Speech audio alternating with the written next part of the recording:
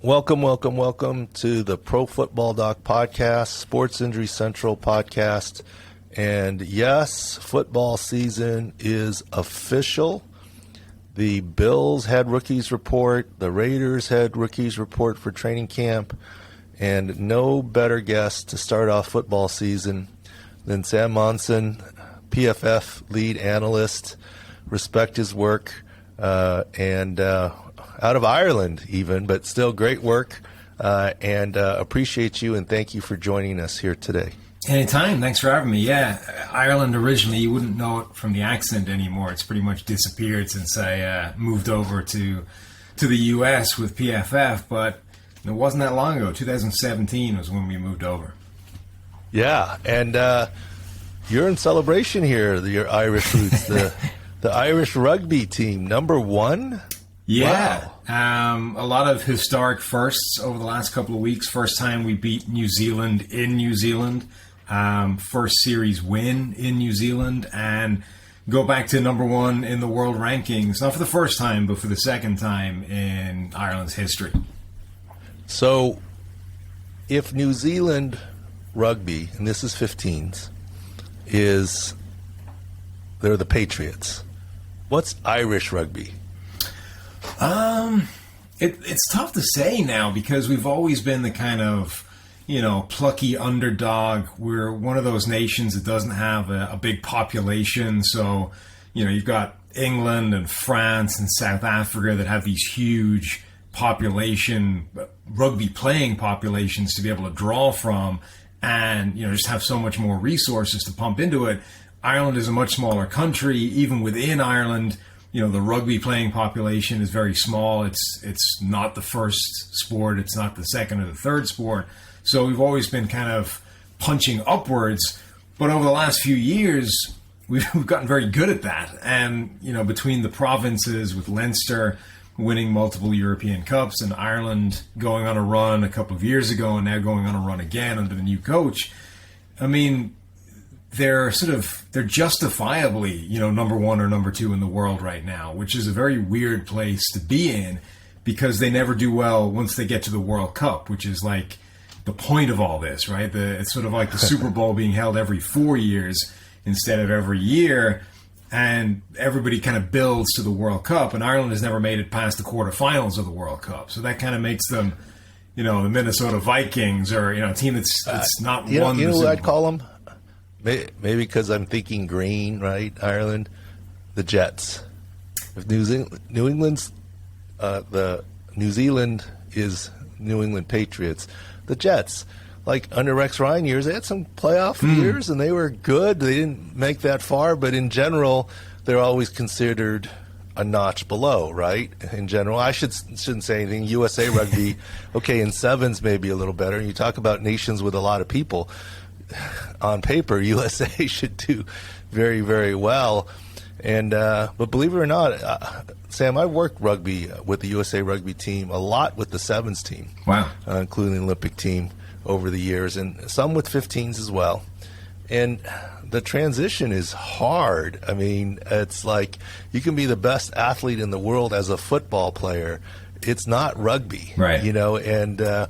And football is 4 seconds at 120%. Rugby is continuous flow, right? Yeah. Very little stoppage, and very few set pieces, right? Where everything in football is so specialized set piece.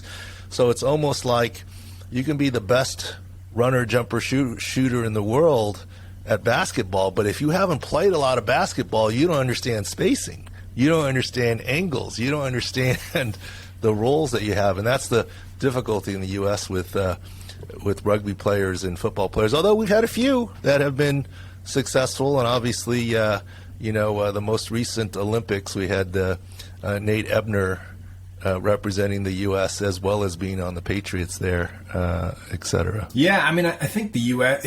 The athletes are obviously there, right? But they're all playing football or basketball. It's a similar problem to Ireland in terms of, rugby is so far down the pecking order of. What are the sports ahead of rugby? Just I don't mean to sideline this much. In Ireland.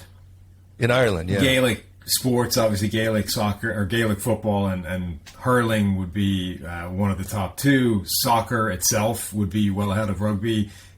Once you get past those three, then rugby, I guess, is starting to pick up the rest. It's very much kind of localized to, a sort of upper middle class school system based in and around a few, Dublin and a few other areas. But it's just the kind of playing pool of talent is just so much smaller.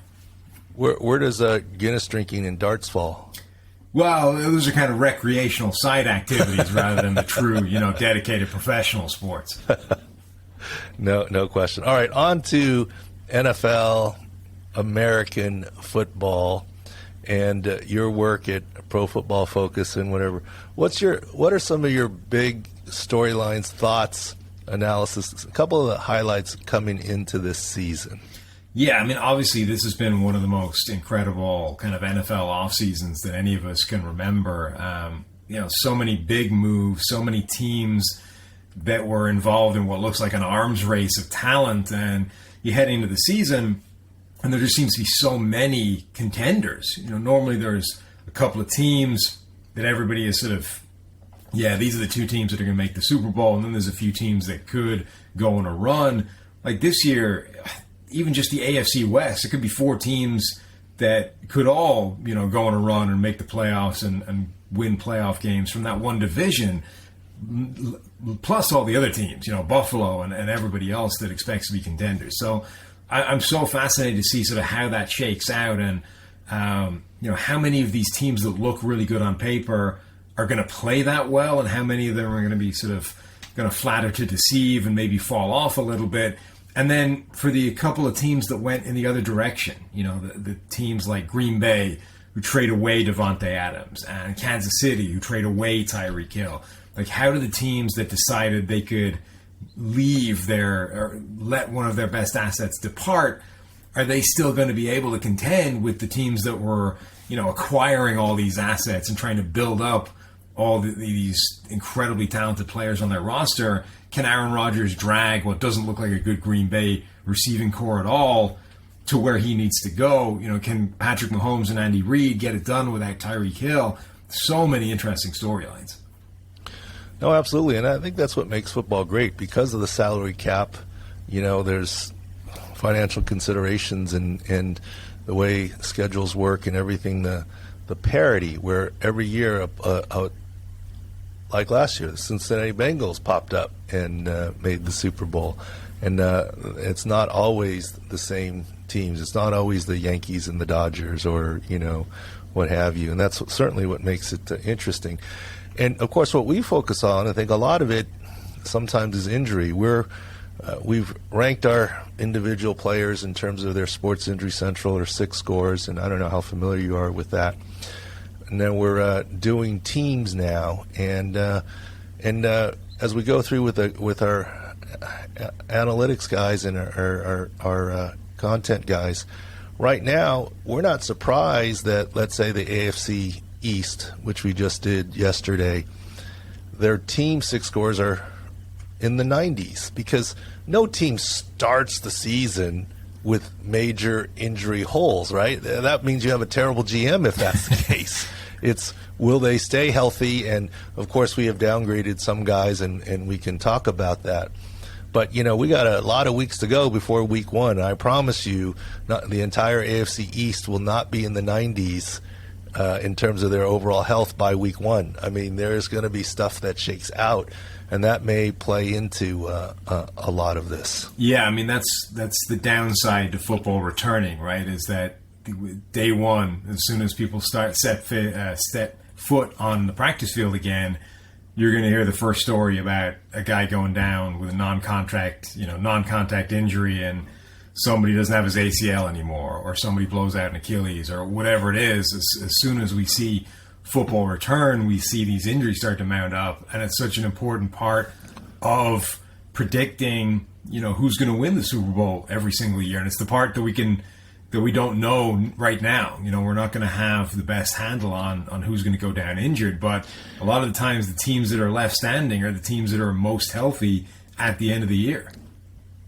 In your analysis, how do you track or look at injuries or stay abreast, wait for news to break? Or how do you handle injuries? Because obviously injuries are a big part in the end of what happens. Yeah, I think it's very tough because what we found, using the analytic data and the stuff that our research and development team has done, is that in terms of predicting, wins and losses in any given week, there aren't that many players that actually move the needle to the point where it sort of changes everything you think about that game. Obviously quarterbacks are one, and when you look at PFF's website during the season, on our power rankings page, we actually have a column there that quantifies essentially the number of points to the Vegas line that a quarterback is worth. So Patrick Mahomes goes down and a replacement quarterback comes in, it's worth, 8-9 points in the line. It's huge. It's about as good as it's going to get.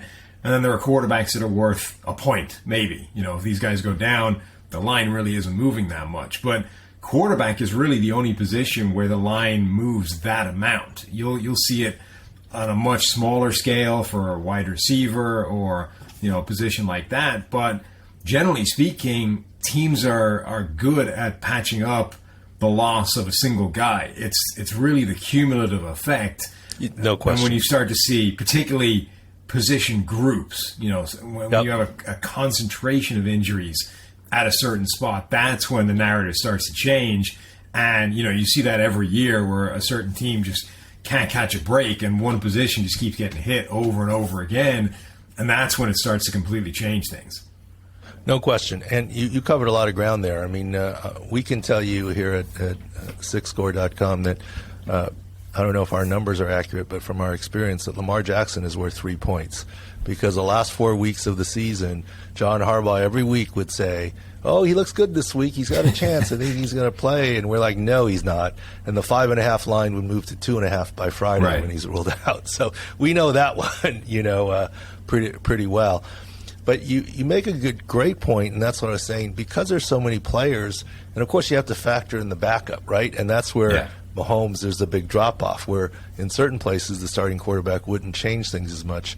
But position groups, and that's what we've been trying to do at Sports Injury Central with the field views. So you can see the lineup, and you can see the reds and yellows, let's say, in the front seven, right? And we try and give injury health not just to a squad, a whole team, not just to an offense or defense, but to a run defense or to a run offense. And we actually worked on that formula with Coach Norv Turner, who is invested in with us, et cetera. And in terms of formulating the value of the left tackle here versus there, and the injuries in the different schemes. And I think that ultimately, more than just a player, look, and it's position groups, right? Offense, New York Giants offensive line goes down, or the Bengals struggle on the right side of their offensive line as they headed into the playoffs and Super Bowl, right? And that's where things shake out, I think, more in football than necessarily one guy. I mean, the Ravens, their running back position last year, right? I mean, they really got hit. And actually, speaking of the Ravens, did you see the J.K. Dobbins news? One of the other things I'll point out is, I hate to tell everybody this, the bad news starts today. And what I mean by that, and you covered it, Sam, as people report to camp and contact injuries, but even non-contact injuries, there's a high rate of ACLs and Achilles early on here, the acclimation injuries, the muscle injuries. The bad news starts today, unfortunately. And what I mean by that, not only because as teams start to report, but like this report on J.K. Dobbins, we've been saying for a while, I think he's a PUP candidate. His injury was much more than an ACL with the LCL.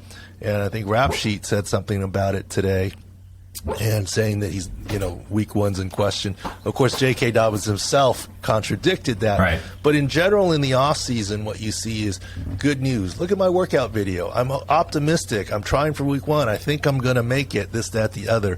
Look at the Michael Thomas stuff that we've covered even going in, and we've been kind of down on him. We can talk about that. Not down on him, just injury-wise and where he's at, kind of thing. Everyone's optimistic, but now comes the injuries or new injuries, or you start to get out the leak of real news as you're in start training camp. I mean, it's going to be pretty obvious if J.K. Dobbins or Michael Thomas is not cleared to practice from day one, right? And then there'll be stories about it. So unfortunately, injuries are inevitable. It's not like everyone's going to get injured this next week as they report, but we're going to hear more about the negative ones, the bad news ones as it comes. Yeah, definitely. And unfortunately, it's the start of the really bad ones as well. You know, those ACLs and the ones that are going to put people out immediately for the season before we ever get a chance to see them. And Dobbins was one of those guys last year when that entire Ravens backfield went down in really short order, and we lost our chance to see what J.K. Dobbins was going to look like as what we thought was going to be a kind of lead back in that backfield with Lamar Jackson, and with, you know, see what that entire system was going to look like, because the Ravens backfield, I think, is such an interesting approach that they've taken. You know, we know that Lamar Jackson is this singular athlete, and this offense is built around him and his skill sets. And we also know that it makes life easier for a lot of other players in that offense because of him and because of the way they play football. The offensive line don't have as hard a job because not everybody is sort of pinning their ears back and rushing the passer the way they do with everybody else. The running backs, I think, have an easier job because of the space that Lamar Jackson creates. And yet Baltimore went after a guy like J.K. Dobbins with a pretty high investment, a pretty high draft pick, despite, you know, being able to get production out of guys like Gus Edwards. And not just production, but like, you know, really high-end production in terms of yards per carry and those kinds of things. So obviously Baltimore thinks that a guy with Dobbins' skill set makes a big difference even on top of what they're able to create with the offense. And we haven't yet had a chance to sort of see what that all really looks like. And I don't know that we will this year either. Our preseason injury preview, where we've done all fantasy relevant players, but and it's not just fantasy, it's for schemes too, but his 6 score, based on consultation with the Sports Injury Central doctors, myself and other guys who've done pro football and covered teams, we put him at 47, which, if you're for the season, right, which means he might round into pretty good form later in the year. We'll see. But right now, 47 for the season, meaning if someone looking at a healthy J.K. Dobbins would project him for 1,000 yards this year, let's just say, you might only want to count on 470, rough estimate, based on perhaps missing some time, not the carries, not the same guy. But that doesn't mean he can't be a great player come later in the season. But overall for the season, we have him pretty low at 47. And when we did that and we talked about the LCL and other injuries, I don't know how often this happens, but we actually got quoted by Ravens.com on the article. Nice. Which I thought was interesting. And I don't know if they deleted that or not. I know one time we talked when Joe Flacco was on the team. We said he's got a herniated disc, and this is the information that proves it, and it was from the Ravens.com website. That story got taken down within 12 hours. I should have screenshotted it because their own reporter was sort of revealing the news based on his symptoms and so forth. But in any case, in addition to J.K. Dobbins, we're not high on Michael Thomas, Jameson Williams, Raheem Mostert we're not high on. And this is all medically speaking, nothing based on their talent. James Robinson a little bit too. Jameson Williams, look, it's one thing for Michael Gallup to come back and play. He's an NFL player trying to get back to the NFL. In Jameson Williams, you have a late ACL tear. And not saying he's not going to be a great player, but he's not only has to get back healthy and recover from the ACL, he has to jump a level of play. Right.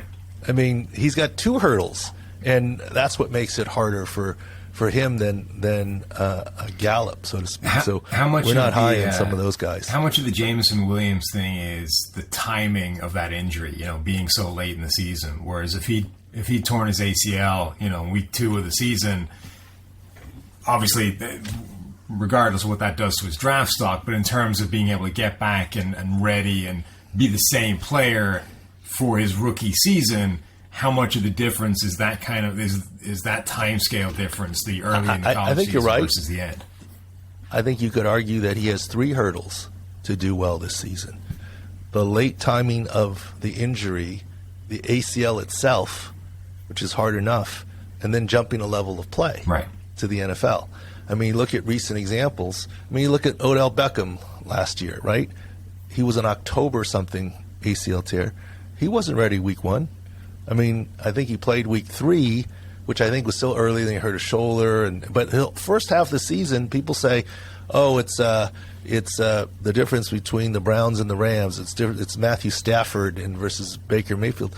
It's also Odell Beckham's knee got healthier, although he did put out that he'd been playing with a torn ACL. We'll get to the bottom of that eventually. We invited him to come on. But he's been busy, so we want to get that story straight. But that's a premier wide receiver, Odell Beckham, right? And here's a rookie that got hurt late, right? And so I think it's just a higher hurdle to do well. I've always been conscious this offseason specifically because we seem to be talking about a lot of guys that have torn an ACL, like Jameson Williams, like Odell Beckham. I've been conscious to not use the word routine injury, but it does feel like ACLs are a much smaller problem than they used to be in terms of, expecting the guy to return the same player. Now, timing is one thing, right? How long it's going to take him to get back, but you tend to think now that if a receiver or a running back or whoever tears his ACL, we're going to see that guy again, whereas before there was a very real chance that he might never be the same again. Well, I think you're right. The ACLs went up slightly last year overall, and I think we're prisoners of who tears their ACL, sure, as opposed to how many ACLs, right? I mean, and I do think recovery has gotten better from an ACL, but to say that everyone's going to be the Adrian Peterson 2,000 yards the season after, that's just not reality. Let's look at Saquon Barkley. What was he last year? Now, I know he hurt his ankle and other things, but injuries beget injuries. And we actually have him as a bounce-back year this year. Second year back is the more fully healthy year after an ACL. Now, you also have to factor in associated injuries. And J.K. Dobbins has more than just an ACL. We talk about the ACL, but he's got more than just the ACL. That's what makes him harder. But usually it's the second season back that they do better. Think back to Dalvin Cook, his first year back. Not so good, right? Then the second year, bounce back. So Saquon's set for a nice bounce back. And so what we do at Sports Injury Central, probably what you do in your secret sauce is you're not just blindly, here's our algorithm and we just plug it in. Like, you got to figure in other customizing factors. And for us, it's what the injury is, when it happened, how bad the injury was, right foot, left foot, what kind of player it is, the timeline of recovery, factoring in the news, deciphering coach speak, looking at recovery video. Like, that's why we're real high on Derrick Henry. I don't know if you saw our stuff in the playoffs. We said, there's no way that he can be King Henry in these playoffs. He can be Derrick Henry, not King Henry. And I'm forgetting the stats, guys, now, but I think he had 62 yards in that loss to the Bengals. And I think 58 of them were running to the left because that's cutting off his healthy left foot. And I think you were only 4 yards running to his right, and including that 2-point conversion to his right. And if you look, we all dream, if you have Derrick Henry as a fantasy player or a Titans fan, to have an unblocked cornerback facing Derrick Henry coming at him, right? That is a dream scenario. Well, that happened one time on the right, and he was tackled for no gain. I mean, that shouldn't happen with a healthy Derrick Henry. But based on that injury, the timeline, and based on looking at his videos of his training and whatever, we've got Derrick Henry in the 90s, 94, healthy season. That foot, at least, look, something else can come up brand new, sure, but right now projecting he should be healthy and good to go this year. Yeah, and that was the first sort of major, significant injury of Derrick Henry's career. I mean, that guy, the durability of him has been incredible, not just in the NFL, but college and high school as well. So I think that's a pretty safe bet to expect Derrick Henry to have another monster year this year if he doesn't get nicked up with something else. Yeah, absolutely. So like I said, this is right now for the season. If you're expecting 2,000 yards out of Derrick Henry, you might come close to that, right? At least by health. And every week, once we get into the season, we'll change those to weekly 6 scores on individual players. And one of the things we tell our followers and people who come to the site, be it analysis for wins, losses, be it wagering, be it sides, totals, props, what you have to look at is, let's say, the health of a running back with the health of your offensive line against the health of the run defense that you're playing against that week, right? And that comes into play. And what we especially pay attention to is what we call delta, which is 1 week change. Like, pretty soon everyone knows the 49ers were banged up, right? And by 2 or 3 weeks in, you've seen it on the field that they don't play well, so you downgrade expectations. But that first week that they're banged up at a key position, that's the best week where people don't know it yet, right? And you're grading them on their past accomplishments, but you don't know that they don't have the same team. Now, Sam, and you do the research and but the average fan can't keep track of all these non-skill position players. And I think you're exactly right. Cluster injuries along a position group is absolutely key. And I always say injuries beget injuries, because let's say you get injuries to a linebacker core. Well, the backup is a backup for a reason. Now, the backup has to do starter duty. Do you think the special teams coach takes him off his special teams? No, he's still running special teams, right? And then you wear them out and whatever, and they're a backup for a reason already, and they're playing above their heads, and then you give them double duty, and then are you surprised that they're fatigued and maybe get hurt? And cluster injuries are real at position groups. I think the other thing that's a really interesting factor is playing through injuries. Because one of the biggest things that we don't and can't account for in terms of PFF grades is when guys are out there playing, but they're playing hurt. They're dealing with something, they're carrying an injury, and that explains why their grade drops off and they're not playing at the same level. And there's a very real impact that players playing hurt has, not just on them and their individual performance, but on the team. A lot of the times these guys are kind of hurting their team by playing hurt, and it's not necessarily their fault. They might still be the best option at their position, relative to a fully healthy backup. But, Baker Mayfield last season, for example. I mean, Baker Mayfield tears his shoulder in week 2, aggravates it later in the season. It's just a worsening deal as the year goes on. It's entirely possible Baker Mayfield, even hurt, was a better option than Case Keenum for the entire year for them. But it's also obvious that massively affected how well he was playing, affected how he was going to do, but also affected the Browns' outlook overall and how good they were capable of being.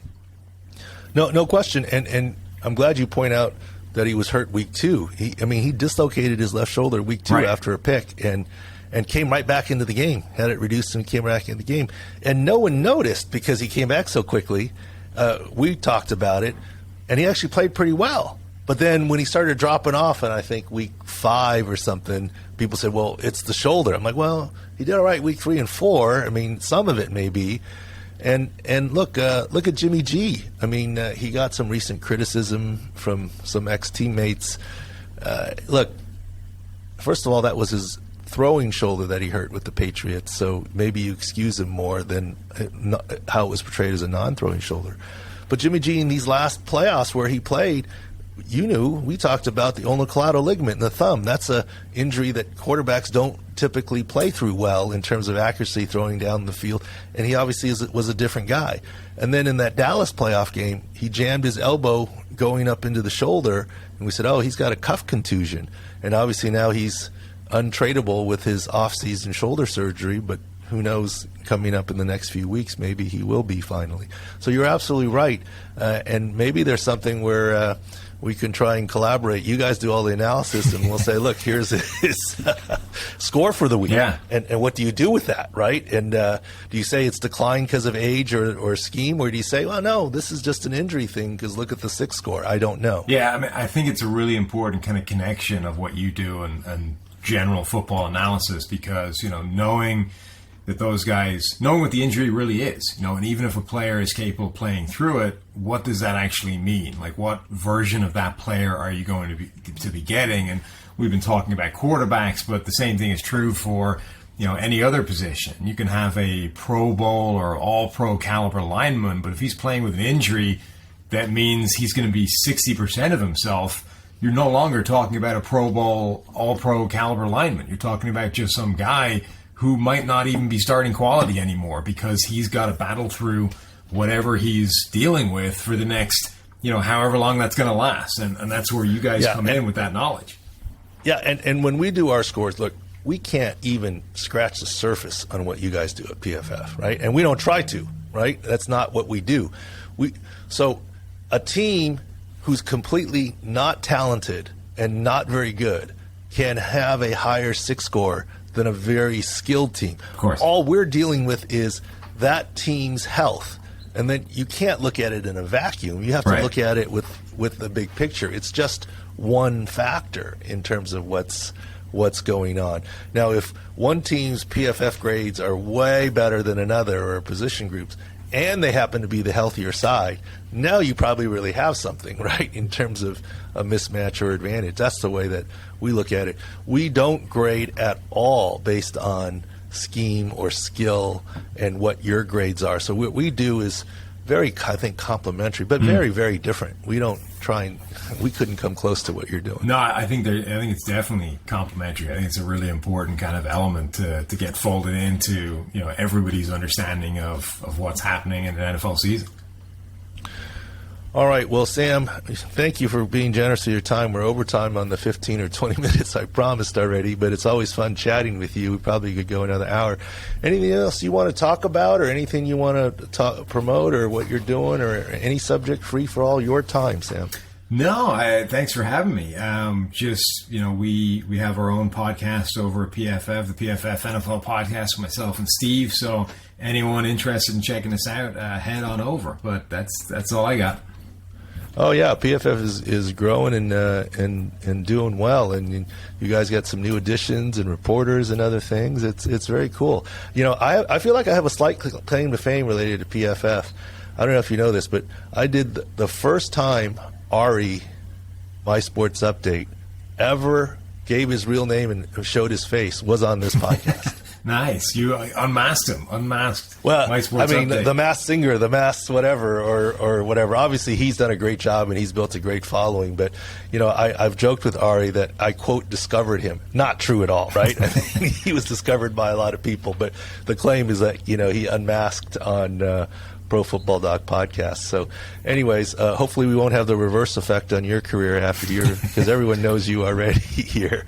Thank you very much, Sam, and we'll chat again at any point in time. If I can ever help you, let me know. We appreciate it, and we'll be back shortly for the second half of the ProFootballDoc Podcast. All right, thanks again to Sam Monson, special guest on the ProFootballDoc Podcast. Fun to chat with him, and we could go into greater depth. PFF, obviously, everyone knows, great resource. We're just trying to take it to the next level as we factor in the SIC scores. Kind of like, as he said, like they don't know what to do with that. Well, we don't know what to do with all their analysis. I don't know how they get there, right? We could take their grades and Taylor, you're working on it a bunch, I know. Taylor, thanks for joining us, and Jacob there, and you guys recover from yesterday? That's fun. Oh, I'm good. Yeah. Doc took us to the Padres game. No offense though, so Taylor's under hit. It's the only part of a low scoring baseball game like that is just hoping the under hits right. No, I mean, first of all, heavy air, right? Yeah. Yeah. Well, that's a known phenomenon. Like you know, when it's a night game, especially after the sun sets, there's not a lot of offense, and the books know that by now. But yesterday, by the coast, it was very overcast and foggy. It was almost like a June gloom day, and almost humidity and foggy, kind of, and heavy air. That first inning, who was that? Hit a ball to right field and win it. Ketel Marte. Ketel Marte. Yeah. When off the bat, I was like, bye, and it got held up to the warning track. It felt like mid-flight, it slowed down. So good play there, but. Great minds, right? I didn't play it, of course. And trying to stick to the rules. I'm just glad it kept me from getting sunburned. The cloud cover came in nicely. And so, what time did you finally leave the ballpark? Well, we had What a time the nice. game end? Like 4:45. We were there like another 45 after. That's all right. We were watching the grounds crew. There's people playing on the field. It was fun. I noticed the pause. So I was like, someone Trying sent to me a nice calibrate. Lexus Pass thing. I had to use that. So So they were drinking with their pinkies out or something, having beverages late in the stadium. What was the highlight of the day there?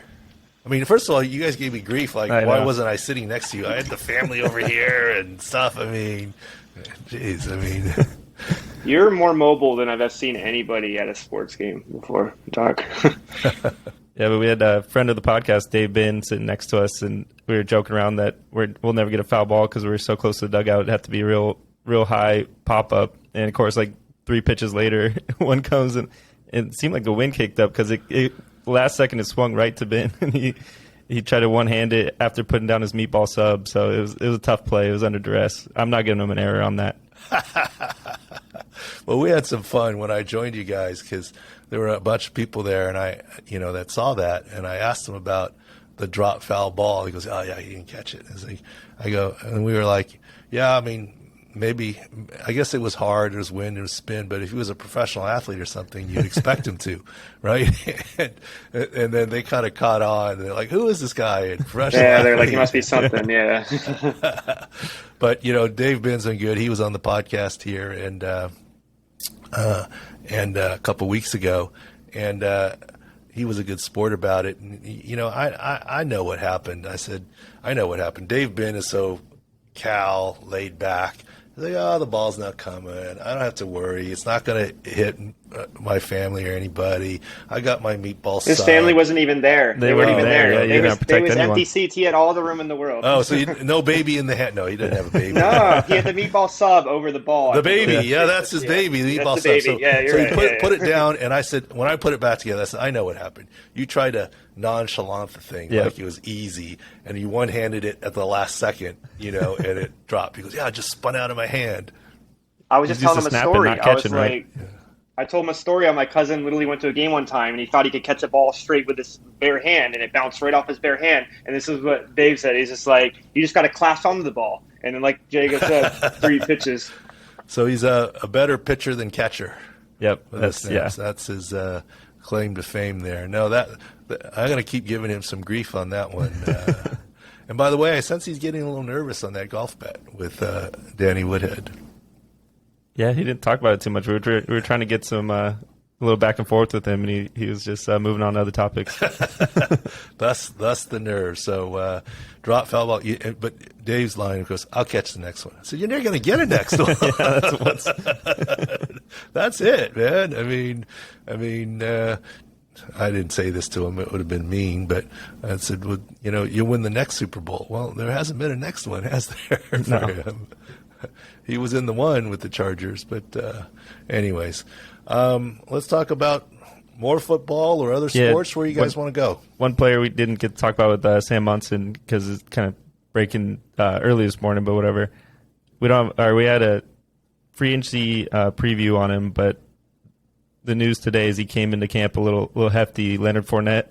They said he's as Rick Stroud said on the podcast. That's where the news came from. He's a donut shy of 260. I thought that was a fun way to put it. Well, I would hope that he's made some progress already because I think that was in reference. He wasn't there for all of OTAs. Right. That was they didn't see a couple him. months ago. So that was during mini camp, a mandatory mini camp that he showed up a little bit heavy. And all I know is in my Scott Fishbowl draft, someone drafted Leonard Fournette recently. I'm sure they're like, uh-oh. But, look, if you're 260 in May, I mean, you can be, if you're working hard, 240, 245 now and then into shape. So maybe he read the riot act and he's going to be okay. I don't know. Well, when he was on Jacksonville, he had this issue too before, and it was a motivation thing, because he wanted out of that city, that team. I know he just got the 3-year contract and stuff. I just don't medically, does that always come back? I know. Remember Eddie Lacy had issues when it came back and forth. Like, is that something he's kept at bay and it just popped up and he'll get it back? Well, season, okay. right? In the big picture, I don't really know anyone when they're done with the NFL that stays the same size. They either get big or they get skinny. Very few people maintain their playing weight. So Fournette probably is a guy who's going to get big when he's done. And it's the propensity, right? And Nick Hardwick was a guy who's going to get small when he was done. Dave Binn is a guy that's going to get small when he was done.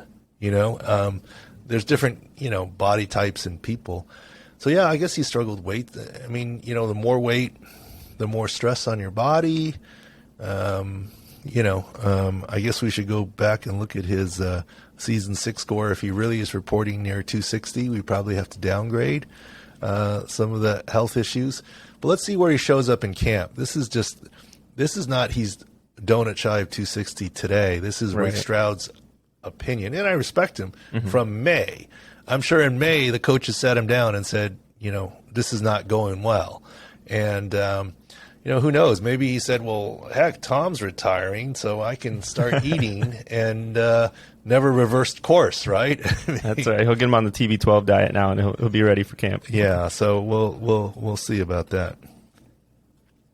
LeBron was making headlines this week, showing up at the Drew League. I thought it was interesting that they spaced it out away from Kyrie. Kyrie was there like 2 hours earlier. I haven't seen any video from Kyrie's appearance, but of course, social media was being lit up by LeBron.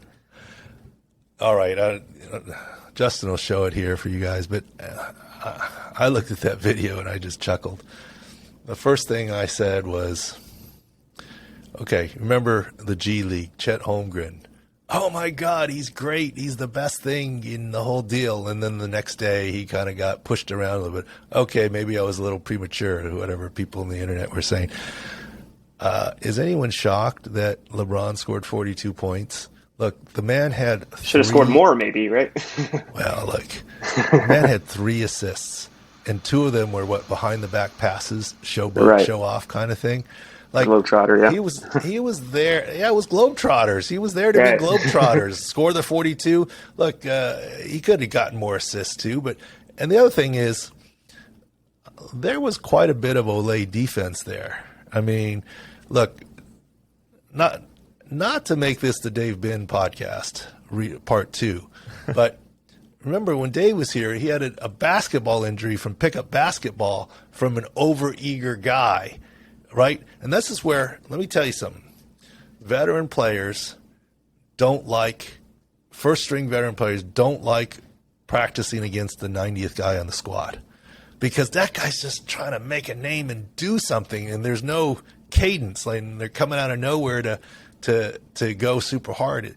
And that's why I'm sure LeBron can't just go to any pickup basketball game, because there's going to be some yahoo that's going to try and make a name or do this, that, the other, and silly stuff. You get undercut and get hurt.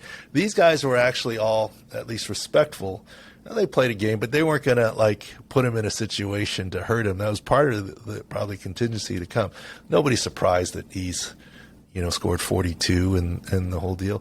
I am surprised that, you had people all over the place, toes on the line. There was no out-of-bounds area. Packed, yeah. I was like, that was a bigger safety concern than anything for any of the players and the spectators. Literally, people's toes were on the end lines and sidelines, all the spectators, and they didn't have any room to move. They were packed in like sardines, so it's not like they could back up or get out of the way. There was nowhere to go. I thought that was interesting. But, yeah, whenever you have a mismatch in talent, that's where you worry sometimes about injuries, but thankfully they were respectful of LeBron. But one of the stories that we're going to put out here, working on the analysis, LeBron recently said he's 100% now. Was it just me, or did he say not that long ago that he'll never be 100% physically? Right? He did during the season. Yep. Yeah. That gets perspective. Time heals all. Well, we're going to do some analysis on that too, and we've started our analysis of basketball into next season because the news is coming. Lonzo Ball, we talked about with John Heffernan, former Bulls doctor, that Lonzo Ball's not out of the woods with his knee. Now he may not be there start of the season and all that stuff, and we've written about it at Sports Injury Central, sicscore.com. The Chris Middleton may not be ready with the wrist ligament thing. But you watch, guys. You're going to have so much content coming out in the next few days about, oh, yeah, maybe that guy isn't fully on track and schedule. Oh, yeah, this is where the news starts coming out. And, heck, you remember it was the reporting the day that Fernando Tatis Jr. reported to baseball camp that came the news of his scaphoid fracture, right? And I'm not saying it's the same, but when you report, news starts getting broken. You no longer hiding behind an Instagram video or the Pollyanna interpretation from agents and players where it's one-sided. You get more real information now. Yeah, I know we're all over that for football, but we'll have to start tracking for basketball too for when they start up. I know it's not too long of an off season, especially with the playoffs running so long. The update on the Drew League, Kyrie actually no-showed. They were supposed to space out their times, but he no-showed, and he told the organization that he was going to play, and then everybody got upset about it, and then he released a video that he was helping young, little girls learn to play basketball and stuff. So he's very, does whatever he wants, right? So he probably decided he wanted to do something else, or not be with LeBron. I don't know, right? I was going to say something related to COVID, but I'll hold myself. I can't. So maybe the gym was too packed, and There you go. Yeah, it was a business decision. Yeah. No, you said sardines. Yeah. Yeah. It's a baseball All-Star break. Red Sox fans were excited to have Chris Sale back. That didn't last too long. Just 2 starts. We have an article up on him with his return timeline. But you're not too pessimistic on his chances to return this year, right, Doc? Yeah, I think I saw something this morning where he said, "Yeah, I'm returning this year. It's a matter of when." And look, we're still waiting to hear a little bit back from the pro baseball docs and so forth. But typically, when you grip a ball, like my 9-year-old throws a change that every finger touches it. Most of the time, the pinky finger is the least important one in terms of grip and pitches that you're throwing. So. That means, and he doesn't have to hit. So I think it's quicker than you think, even if he has pins or screws or surgery on it. It's going to be more than 15 days, but it's not going to be 60, So I get it. Everyone's like, oh, he just got back and got hurt. I mean, that was a freak play. It's bad luck. It has nothing to do with his original injury. So I think he'll Is it going to change his pitches at all, Doc? Is he going to throw more fastball, changeup? Like, I don't know what his dominant pitch is. I'm not going to lie to you. I don't know his pitch repertoire well enough, much less of how he grips the ball. Right? I mean, kind of thing. And this is where, look, I've covered baseball. We talked about it, the Minnesota Twins, the Chicago Cubs, some. But not to the extent I have football and being the head guy and whatever. So I don't want to get over my skis on some of this. But you're right. It does make a difference, et cetera. For example, Manny Machado, if you really evaluated his swing, you could have predicted that he was going to have trouble with that low outside pitch when he came back. And finally, he's pretty good right now, though yesterday he helped your under quite a bit yesterday. Yeah, but he's looking healthier and healthier on that ankle, and he's hit a couple of bombs, but he's still not 100%, right? And initially we thought he's going to be till after the All-Star break to sort of get to 100% and be full go. Obviously, he beat that estimate by a bunch, but he also wasn't very good the first half of his return, where he had 13 strikeouts and 18 appearances. And he's starting the All-Star game now too, right? Which is of course. So, I mean, he's awesome, the man right? there. But I think the first half of our baseball season, our first ever baseball season, has been pretty good, guys. I mean, the diamond views, what we said, and we gave a low 6 score for the season to DeGrom, and we surprised some people with that, and it was probably too high. I mean, he's not back yet. Well, looking back on stuff, Doc, I've seen the one thing we did pan that we probably are wrong about is Mookie Betts. Remember, he had the bone spur, and we thought that might, irritate him, linger into the season. He did have the rib fracture too. Yeah, but that as well. caused the rib fracture because he couldn't move out of the way. And then, no, I'm just joking. I'm joking. You're like, I'm not joking. wrong. No, but yeah, always say we do so well in all of our things. Yeah, there's just sometimes, we get that one, but everything we do, we try to, that's what we felt like when we wrote it, right? So I mean, we're not going to change our opinion. Name me a football team that makes 7 draft picks and all 7 work out well. I mean, you do the best. I have the that opposite. you can. I'm a Raiders fan. We did 0 for 7. We did the other way around on that. But Well, I think we can beat 0 for 7, Taylor. We can beat 0 for 7. Yeah. I mean, look, Ronald Acuna Jr., we said, he's going to be DHing. He's not going to play in the field. And the first game, we were wrong. He was in the field, right? But that was out of necessity, and it lasted 1 game. And then he's been DHing since. And he's getting better. The second half of the season, maybe they're going to just be comfortable with him there, but you could have him playing some more in right field. Well, let's move on to Beast of the Week. I think we got only one candidate this week. It's the Kenosha Kingfish mascot. Oh, yeah, that's a good one. But I know you guys wanted to go again this time with Zach Wilson's mom and stuff. But I know. Come on. You guys shot me down on that. I apologize. I mean, come on. I mean, let him do what It's he the wants to offseason, do. Doc. We got nothing to talk about. I mean, I'm amazed that there's been no denials. It's just, it's not this friend, i.e. there's another. Yeah, I mean, it's yeah, whatever. it's funny. To each his own. They're good. And leave the woman unidentified. Who knows? Maybe she's He had the married. Instagram post, remember? That he was, I was in Montana. Oh, yeah. That was a beast move to say that. Yeah. That was Tom Brady-esque. But Yes. What I missed, okay, right? Yeah. Okay. Let me ask you listeners. Maybe we'll have a poll. Or Yeah. I'll just poll you two guys. Was that just Zach Wilson, or was that a PR firm or agent saying you should do this? It's not him, because he's never been that funny. He might have ran through multiple options, but I assume that was fed to him by somebody. I mean, to me, it's not. It's more off the cuff. But, Right. I mean, to me, that smacked of Tom Brady throwing into the jug machine and then having the ball fire back out. What was that last year? The year crypto before? commercial, yeah. I mean, that's produced. That's fine. It's a great answer. I mean, let him be. It's fine. What did I miss? Yeah. I mean, he's. I heard jersey sales are up for Zach Wilson. a lot of fancy. You knew that was going to people happen. are big on right? him now. All right. So the beast of the week here, we have Kenosha, AJ yeah. Dillon in an Oklahoma drill, trucking this. What is it? Kingfish. Kenosha Kingfish. Kenosha yeah. Kingfish. I know where Kenosha is. Do you guys know? I'm assuming it's in right? Wisconsin. Yeah. Very close to Chicago. Ah, Okay. Just on the Really? southern Yeah. border. Yeah. Really? So, first of all, Oklahoma drill. AJ Dillon's lying down. This Kingfish. Did anyone know? Is it guy, girl, big guy, little guy, young guy, old guy? It looks like a kind of younger guy.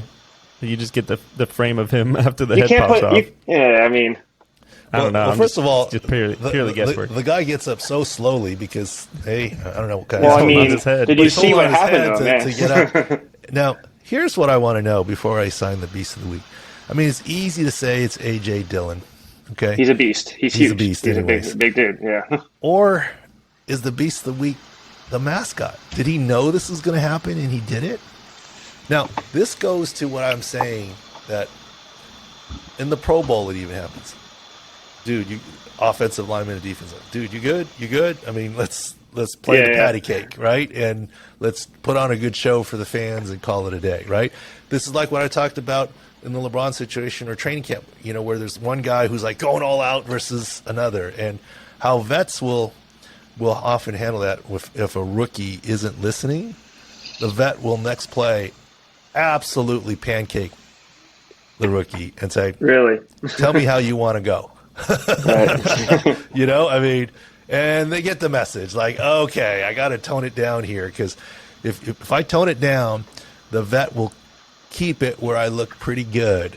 Or if you're going to really fire up the vet, he's going to just destroy me, and I'll have a long camp kind of deal. So you take care of things within them. This is just a one-shot deal with AJ Dillon. Now, I don't know what the social media PR guy did to convince that guy to do this. Did he know he was going full? Like, I'll say the kid gets up and there's no forward lean. He's just standing there Yeah. catching. Did he really think he could tackle him? I mean, That was if set he up really for failure, right? Well, if he didn't think he was set up for failure, like maybe there was a, hey, we're just going to do this for fun, and he got surprised, right?